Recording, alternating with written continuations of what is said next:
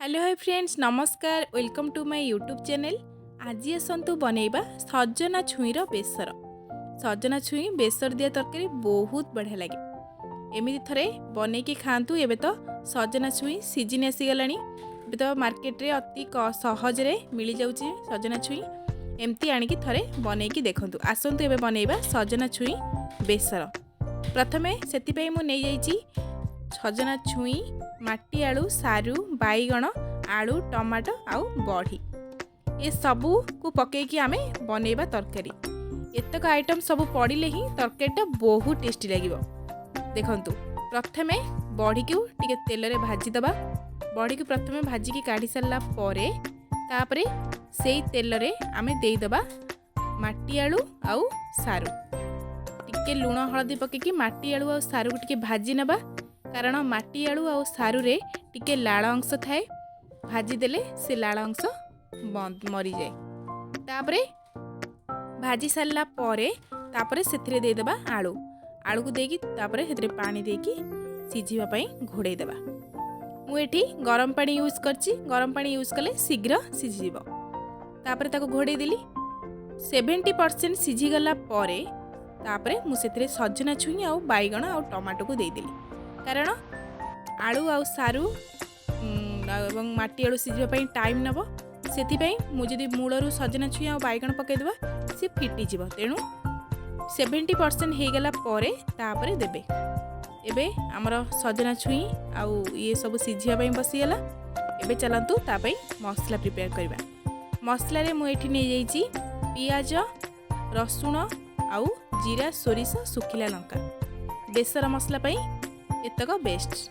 तापरे से ताकू मु बेसर पई मसला बने देली। एबे हमर मसला रेडी हो गला। एबे चलतो देखिबा तरकारी ठीक हो गलानी कि नाही। देखंतु एबे हमर तरकारी ठीक भाव सिझी गलानी। देखंतु मु आलू को माडी देखुची। एबे हमर ठीक परिमाण रे सिझी जाईची।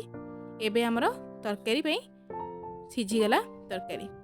एबे ताकू काढी दबा। सेई कढ़ई रे आउ टिके तेल दे दबा। तेल दे दी कि सेथिरे टिके पंच फुटण दे दबा। तापरे बाटिकी रखिबा बेसर मसला को मध्य सेथिरे दे दबा। जेहेतु बेसर मसला बेसी मसला को कसिबेनी, हल्का टिके मसला को कसी नेबे। तापरे जो टमाटो को सिझेइथिले तरकारी रे ताकू एइठी टिके जारी देबे। टमाटो को एइथिरे जारिले तार कलरटा बहुत बढ़िया आसीबो। ता सहित टेस्ट मध्य तरकारी बढ़िया लागिबो। टमाटो टिके अधिका नेबे ए तरकारी रे, कारण खटा खटा टिके लागिले बहुत बढ़िया लागि थाए। मसला को एबे भलो भाबरे कसी नै गेली। देखंतु तापरे सिझेइ रखिथिबा परिबा को सेथिरे पकई देली। ताको टिके गोळेई देली। तापरे सेथिरे मु देई देली भजा बड़ी। भजा बड़ी को मु एठी पछरे देइची, कारण जेहेतु आम घर तैयारी बड़ी जल्दी सिझी जीवो। मूलरू पकई देले बड़ीटा फिटी जीवो। तेणु मु एठी एबे देई देली। तापर ताको भलो भाबरे मु गोळेई देली। तापरे एबे रेडी हो गेला हमर सजना छुईर बेसर। लास्ट को टिके धनिया पत्र दे देबी। धनिया पत्र दे सारला परे रेडी हो गेला हमर सजना छुईर बेसर। एमती थरे घरे बनैकी देखंतु बहुत टेस्टी लागिबो। आपण माने एमती जदि मसला न देकी भी साधारे पियाज देकी भी छुंक करी परिबे। पियाज खाली पियाज रे भी छुंक करे बहुत बढ़िया लागिबो। आपण माने थरे एमती ट्राई करंतु। केमिति लागिला मते कमेंट करके निहाती जणेबे।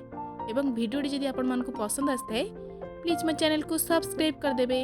आ पाखरे थिबा बेल आइकन को प्रेस कर देबे, जहा द्वारा कि नुआ नुआ वीडियो रो नोटिफिकेशन आपण पाखरे जल्दी पहुंच जीवो। रहूची नमस्कार। देखा नुआ एक रेसिपी सहित।